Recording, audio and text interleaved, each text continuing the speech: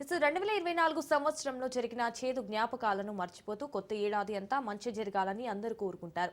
ఆంధ్రప్రదేశ్లో 2024లో జరిగే ముఖ్యమైన సంఘటనలలో ప్రజలు ఎక్కువగా మాట్లాడుకునే సంఘటనలు చూస్తే వైసీపీ ఘోర ఓటమి, కూటమి ప్రభంజనం, రెండు తెలుగు రాష్ట్రాల్లో ఎమ్మెల్సీ దువ్వాడ కుటుంబ కలహాలు సంచలనంగా మారాయి. కలహాలతో ఉక్కిరిబిక్కిరైన దువ్వాడ శ్రీనివాస్, మాధురి 2025ని ఏ విధంగా ఛాలెంజ్ చేయబోతున్నారు అనేది ఆసక్తిగా మారింది. సో పాలిటిక్స్ స్ట్రాటజీలో కోరల్ పోషిస్తున్నామంటున్న దువ్వాడ శ్రీనివాస్, మాధురిలతో మా ప్రతినిధి సౌమ్య ఫేస్ టు ఫేస్. 2025 నూతన సంవత్సరం సందర్భంగా ప్రతి ఒక్కరూ కూడా తమ ఈ సంవత్సరంలో ఏదైతే 24లో ఉండేటువంటి చేదు అనుభవాలు ఉన్నాయో అవన్నీ తొలగిపోయి విజయాలను సాధించాలని అనుకున్నవన్నీ జరగాలని చెప్పి నూతన ఉత్సాహంతో ఈ ఇయర్లోకి అయితే ఎంటర్ అయ్యారు. అయితే ప్రస్తుతం మనతో పాటు ఎమ్మెల్సీ దువ్వాడ శ్రీనివాస్ గారు ఉన్నారు. ఈయన కూడా అసలు ఏమనుకుంటున్నారో, ఈ 2025 ఎలా ఉండబోతుంది అనుకుంటున్నారో, ఆయన 24లో అనుకునేటటువంటి చేదు జ్ఞాపకాలు లేదా మధుర జ్ఞాపకాలు, అదేవిధంగా ఈ ఇయర్లో ఆయన పాలిటిక్స్ ఎలా ఉండబోతున్నాయి, ఇవన్నీ కూడా ఒకసారి మాట్లాడే ప్రయత్నం చేద్దాం. సార్ నమస్తే. ముందుగా wish you happy new year. Actually ఈ 2025లో చాలా మంది చాలా విధాలుగా ఎంటర్ అయ్యారు. బట్ మీ కాడికి వచ్చేసరికి 2024లో మనకి ఏదైతే వైసీపీ ఓటమి, అదేవిధంగా ఇంకొక హాట్ టాపిక్ ఏదైనా ఉంది అంటే అది మీ కుటుంబ కలహాలు. సో ఈ ఇయర్ ఎలా ఉండబోతుంది అనుకుంటున్నారు? 24 ఎలా ఉంది మీకు? ముందుగా రాజ్ న్యూస్ మీ యాజమాన్యానికి, రాజ్ న్యూస్ ప్రేక్షకులకి, వ్యూవర్స్ అందరికి కూడా నా నూతన సంవత్సర శుభాకాంక్షలు తెలియజేసుకుంటున్నాను. మరి నూతన సంవత్సరంలో గడిచిన ఏడాది 24 నేను చాలా అనుభవాలు చూశాను, చేదు అనుభవాలు ఎక్కువగా చూశాను. రాజకీయంగా 25 సంవత్సరాల జర్నీ, 25 సంవత్సరాల జర్నీ తర్వాత 24వ సంవత్సరంలో మీరు అన్నట్టే కుటుంబ కలహాలు అవన్నీ కూడా కోర్టులకు వెళ్ళటం, కొన్ని కొలిక్కి రావటం, ఇలా జరుగుతుంది. మరి మేము కూడా ఒక నిర్ణయం తీసుకున్నాం, రహస్యం అన్నది ఉండకూడదు. నేను పబ్లిక్ పర్సన్గా ఉన్నాను కాబట్టి వాస్తవాలు ప్రజలకు చెప్పాలి. చెప్తే ప్రజలే కన్విన్స్ అయ్యి మనకి ఏ రకంగా న్యాయం చేయాలో ప్రజలే చేస్తారన్నది నా ఉద్దేశం. అందుకు నేను ప్రజలకు వాస్తవాలను తెలియజేశాను. మేమేంటంటే ఇక్కడి నుంచి ఈ 25వ సంవత్సరాలకు అడుగు పెడుతున్నటువంటి సందర్భంగా వైఎస్ఆర్ కాంగ్రెస్ పార్టీకి సంబంధించినటువంటి ప్రతి కార్యకర్త, ప్రతి నాయకుడు, అలాగే ప్రజలందరికీ ఏ సమయంలో ఏ అవసరం ఉన్నా, ఏ బాధ ఉన్నా, ఏ కష్టం ఉన్నా గట్టిగా నిలబడి ప్రజా గొంతై మాట్లాడి, ప్రభుత్వం ఇప్పటికి వచ్చి 6 నెలలు పూర్తవుతుంది. ఈ 6 నెలల్లో ఇచ్చిన వాగ్దానాలు ఏవి కూడా అమలు చేయలేకపోయింది. కూటమి ప్రభుత్వం ప్రజలకు మోసం చేశారు, దగా చేశారు. దౌర్భాగ్యమైనటువంటి ప్రభుత్వం. ప్రతి మహిళకు కూడా 19 సంవత్సరాల నుంచి 59 సంవత్సరాలకు 1500 రూపాయలు అన్నారు సూపర్ 6లో. అలాగే ప్రతి రైతన్నకు కూడా 20,000 అని చెప్పారు. నీకు 15 అని ప్రతి స్కూల్కి వెళ్ళే బిడ్డకు కూడా మరి అమ్మ తల్లికి వందనం ఇస్తామని చెప్పారు. నిరుద్యోగులు 20 లక్షల మంది ఉన్నారు, వాళ్ళందరికి కూడా మేము 3,000 రూపాయలు చొప్పున నెలకిస్తామని చెప్పారు. ప్రతి ఇంటికి సిలిండర్స్ 3 ఇస్తామన్నారు. ఒక సిలిండర్ కూడా నమోదైంది, అందులో కూడా అందరికీ ఇవ్వట్లేదు. ఇలా ప్రతి ఒక్క దగ్గర కూడా సమస్యల్ని ఇక తెలుగుదేశం ప్రభుత్వంలో ఎక్కువైనాయి. ప్రజలందరూ కూడా తీవ్రంగా విమర్శిస్తున్నారు. ఎందుకు ఈ దౌర్భాగ్యమైన ప్రభుత్వాన్ని మనం ఎన్నుకున్నాం? జగన్మోహన్ రెడ్డి గారు ఉండేటప్పుడు ఈపాటికే 56,000 పడేది. రైతు భరోసా కింద 15,000 పడి ఉండాలి. ఆరోగ్యశ్రీ ఉండేది, ఆరోగ్య ఆసరా ఉండేది మందులు కొనుక్కోవటానికి. అలాగే విద్యార్థులకి జగనన్న విద్యాదీవెన, వసతి దీవెన పడేది. ఇవన్నీ కూడా ఈరోజు ఆగిపోయినాయి.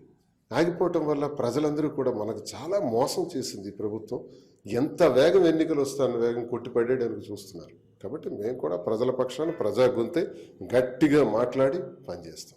సో ఈ 2025లో మీరు ఇప్పుడు అపోజిషన్లో ఉన్నారు కాబట్టి మీ పార్టీ తరపు నుంచి లేదా మీ కార్యకర్తల్ని ఎలా ముందుకు తీసుకెళ్లాలనుకుంటారు? ఏమైనా ప్లానింగ్స్ ఈ రోజు నుంచి మొదలు పెట్టే అవకాశం ఉంది? అంటే కార్యకర్తలకు ఇప్పుడు చాలా ఇబ్బందులు పెడుతున్నారు. స్కూల్లో పనిచేసే వంట మనుషుల దగ్గర నుంచి ఫీల్డ్ అసిస్టెంట్లని, అలాగే డీలర్స్ని, అందరినీ CFలని తీసిపడేసి నానా ఇబ్బందులకు గురి చేస్తున్నారు, టార్చర్ చేస్తున్నారు, తప్పుడు కేసులు పెడుతున్నారు. తప్పుడు కేసులు పెట్టి పోలీస్ స్టేషన్లో తిప్పిస్తున్నారు. ఆఖరికి నా పైన కూడా కేసు పెట్టారు. ఇంత దుర్మార్గంగా ప్రవర్తిస్తున్నటువంటి వీళ్లపైన నేను కూడా చాలా గట్టిగా ఉంటాను. దమ్ముంటే కేసులు ఎన్ని పెడతారో కూడా 100 కేసులకు నేను సిద్ధంగా ఉన్నాను. కూటమి ప్రభుత్వానికి సవాల్ చేస్తున్నాను. మరి మా కార్యకర్తల ఒంటి మీద కూడా ఏగవాలితే మాత్రం నేను ఊరుకునేది లేదు.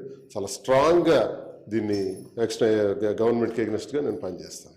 సో మీ పార్టీ ఓడిపోయింది 2024లో, అదొక ఎత్తు అయితే ఇప్పుడు మీకు ఉండేటటువంటి పర్సనల్ ఇష్యూస్ కానివ్వండి లేదా పొలిటికల్ ఇష్యూస్ వల్ల కానివ్వండి మిమ్మల్ని చాలా వరకు లోకల్లో ఉండే మీ పార్టీ వాళ్ళే కాస్త వెనకంజలో పెడుతున్నట్టుగా వార్తలు వినిపిస్తున్నాయి. దీని మీద ఈ 25 మీకు ఎలా ఉండబోతుంది, ఎలాంటి దానిలో ఎలా దూసుకు వెళ్ళాలనుకుంటున్నారు? సాధారణంగా అంతర్గత శత్రువులు ఉంటారు. అంతర్గత శత్రువు ఇది అవకాశం కోసం చూస్తాడు. ఏదో నా ఇంట్లో గొడవ వచ్చింది కదా, దువ్వాడ సీన్ తొక్కేయడానికి ఇదే మంచి టైం అని వాళ్ళు అనుకోవటం, వాళ్ళ ప్రయత్నాలు చేస్తూ ఉండడం, అవన్నీ జరుగుతున్నాయి. కానీ నేను ఈ అంతర్గత శత్రువుల వల్ల లేకపోతే ఎవడో నన్ను తొక్కేస్తాడనో ఎవడి వల్ల నాకేదో ఇబ్బంది జరిగిపోద్దని భయపడే క్యాండిడేట్ కాదు. నేను 25 సంవత్సరాలు నా రాజకీయం, ఇందులో నేను ఉద్యమాలు చేసి వచ్చినటువంటి నేపథ్యం నాది. ప్రజల్లోకి పోతాను, గట్టిగా పనిచేస్తాను. ఎవడు తొక్కేసినా మనకు రూలింగ్ పార్టీలో ఎలాగైతే నన్ను తొక్కాలని చూస్తున్నారు అలాగే అపోజిషన్లో ఉన్నటువంటి మా పార్టీలో కూడా చెల్లి శత్రువులు ఉన్నారు. ఆ శత్రువులు ఇదే శత్రువులు ఇదే సమయంగా తీసుకుని నన్ను తొక్కేద్దామని చూస్తున్నారు. వాళ్ళ అబ్బతరం కాదు, వాళ్ళకి నన్ను తొక్కడం వాళ్ళ అబ్బతరం కాదు. నా స్టైల్ వేరు, నా వాయిస్ వేరు, నా పనితీరు వేరు.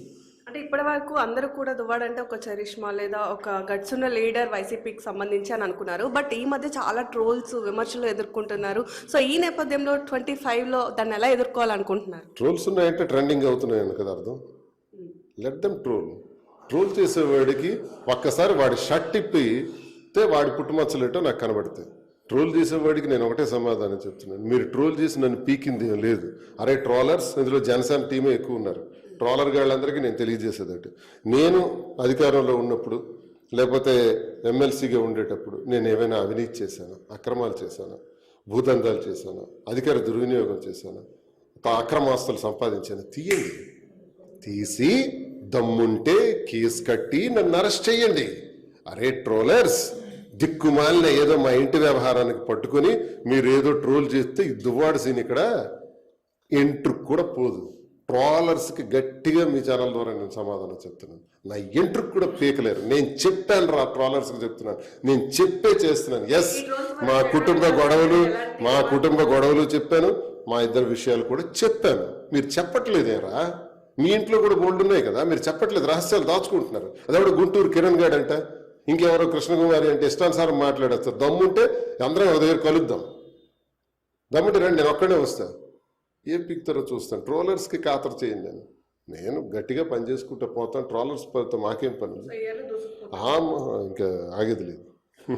సో ప్రస్తుతం మాధురి గారు కూడా ఉన్నారు. మాధురి గారు, మీరు చెప్పండి, యాక్చువల్లీ మీ మీద కూడా అంటే ఈ 25 ఎలా ఉండబోతుంది, మీకు 24లో చాలా వరకు ఎలాంటి అనుభవాలు ఎదురయ్యాయి?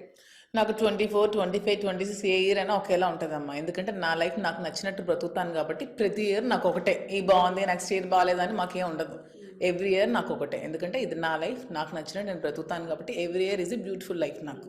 సో ఇంత బోల్డ్గా ఉంటారు, మీ అంత బోల్డ్గా మాక్సిమం చాలా తక్కువ మంది ఉంటారని చెప్పుకోవచ్చు. సో ఈ సిచ్యువేషన్లో మిమ్మల్ని మెచ్చుకునే వాళ్ళు ఉన్నారు, అలాగే మీ చర్చలకి కొంచెం గిచ్చుకునే వాళ్ళు కూడా ఉన్నారు. సో ట్రోలర్స్ అయితే భారీగా ట్రోల్ చేస్తారు. అసలు ఎలా ఎదుర్కోవాలనుకుంటున్నారు 25లో? ఏంటి ఎదుర్కోవడం నేను హ్యాపీగా ఫీల్ అవుతున్నాను. పోలే వాళ్ళు టైం వెచ్చించి నా కోసం ఆలోచిస్తున్నారు కదా, పని పాట లేకుండా ప్రతి క్షణం నా కోసం ఆలోచించి నా కోసం వీడియోలు తయారు చేసి మరీ రిలీజ్ చేస్తున్నారు. సో దానికి నేను ఫీల్ అవ్వాల్సిన అవసరం నాకైతే లేదు. Very happy. నన్ను ఒక సెలబ్రిటీ చేసి వాళ్ళే నన్ను నా కోసం ఆలోచిస్తూ ఎవ్రీ సెకండ్ నా కోసం వీడియోస్ మేకింగ్ చేస్తూ సోషల్ మీడియాలో పెడుతూ వాటిని ట్రోల్ చేస్తూ వాటిని అన్ని సోషల్ మీడియా ప్లాట్ఫామ్లో పెడుతూ వాళ్ళు ఎంజాయ్ చేస్తున్నారు. సో నేను కూడా హ్యాపీగానే ఫీల్ అవుతున్నాను. నేనేం దానికి ఏం ఫీల్ అవ్వట్లేదు. సార్ చెప్పినప్పుడు వాళ్ళు అప్పుడు మా బ్యాకే ఉంటారు, మాకు ఫ్రంట్కి వచ్చి మాట్లాడేంత ధైర్యం వాళ్ళకి లేదు. ఉన్న వాళ్ళు ఎప్పుడైనా మాట్లాడితే వాళ్ళకి మేము సమాధానం చెప్పగలం. సో ఫైనల్గా ఈ మధ్య కాలంలో మీరు పొలిటికల్గా చాలా యాక్టివ్గా ఉన్నారు. అంటే అఫ్ కోర్స్ గతంలో ఉన్నప్పటికీ ఇప్పుడు చాలా వరకు బ్యాక్ బోన్గా ఉంటున్నారు దువ్వాడతో పాటు మీరు కూడా. సో ఎలా ఉండబోతుంది 25లో? ఏమైనా ప్రణాళికలు ఉన్నాయా? పొలిటికల్గా ఎలా దూసుకెళ్లాలనుకుంటున్నారు? 100% ఉన్నాయి. నెక్స్ట్ మా శ్రీనివాస్ గారిని ఎమ్మెల్యేగా గెలిపించుకోవాలనే ప్రణాళికతోనే మేము ఎవ్రీడే వర్క్ చేస్తున్నాం. సో ఆ వర్క్ మీద ఉన్నాం. సో ఆ విధంగానే మా ప్రణాళికని మేము ప్లాన్ చేసుకుంటూ వెళ్తున్నాం. సో జగనన్న దగ్గర నుంచి కానివ్వండి లేదా ఇక్కడ ఉండేటటువంటి లోకల్ వాళ్ళ దగ్గర నుంచి కానివ్వండి, మీకు ఎలాంటి సపోర్ట్ ఉంది?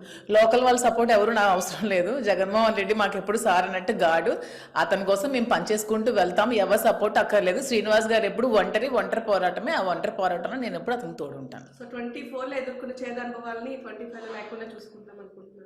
మేము అనుకున్న చేదు అనుభవాలు అనుకోవట్లేదు, పరిస్థితులు దాన్ని మేము ఫేస్ చేసి వస్తున్నాం కాబట్టి చేదు అనుభవాలా ఇంకా నెక్స్ట్ ఎలాంటి అనుభవాలు వస్తాయనేది ఏవైనా ఫేస్ చేయడానికి రెడీగా ఉన్నాం. Thank you. సో చూసారు కదా, ఏదైతే 2024లో ఎదుర్కొన్నటువంటి చేదు అనుభవాలు కానివ్వండి, ఆ జ్ఞాపకాలు కానివ్వండి ఉన్నాయో అవన్నీ రిపీట్ కాకుండా 2025లో పొలిటికల్గా కానీ పర్సనల్గా కానీ దూసుకుపోతామంటున్నారు. ఇక ఎవరైతే దువ్వాడ శ్రీనివాసన్ కానివ్వండి లేదా మాధురిని కానీ ట్రోల్ చేస్తున్నారో, ట్రోలర్స్ అందరూ కూడా మా ఎదురుగా వచ్చి మాట్లాడే ధైర్యం లెక్క ఇలా ట్రోల్ చేస్తున్నారు. వీటిని కూడా ఎదుర్కోవడానికి మేము 2025లో సిద్ధంగా ఉన్నాము. పొలిటికల్గా మమ్మల్ని ఎవరు ఆపలేరు. జగన్మోహన్ రెడ్డి సపోర్ట్ ఉన్నంత వరకు మేము ఇలాగే ఉంటామని చెప్పుకొచ్చారు. Over to studio.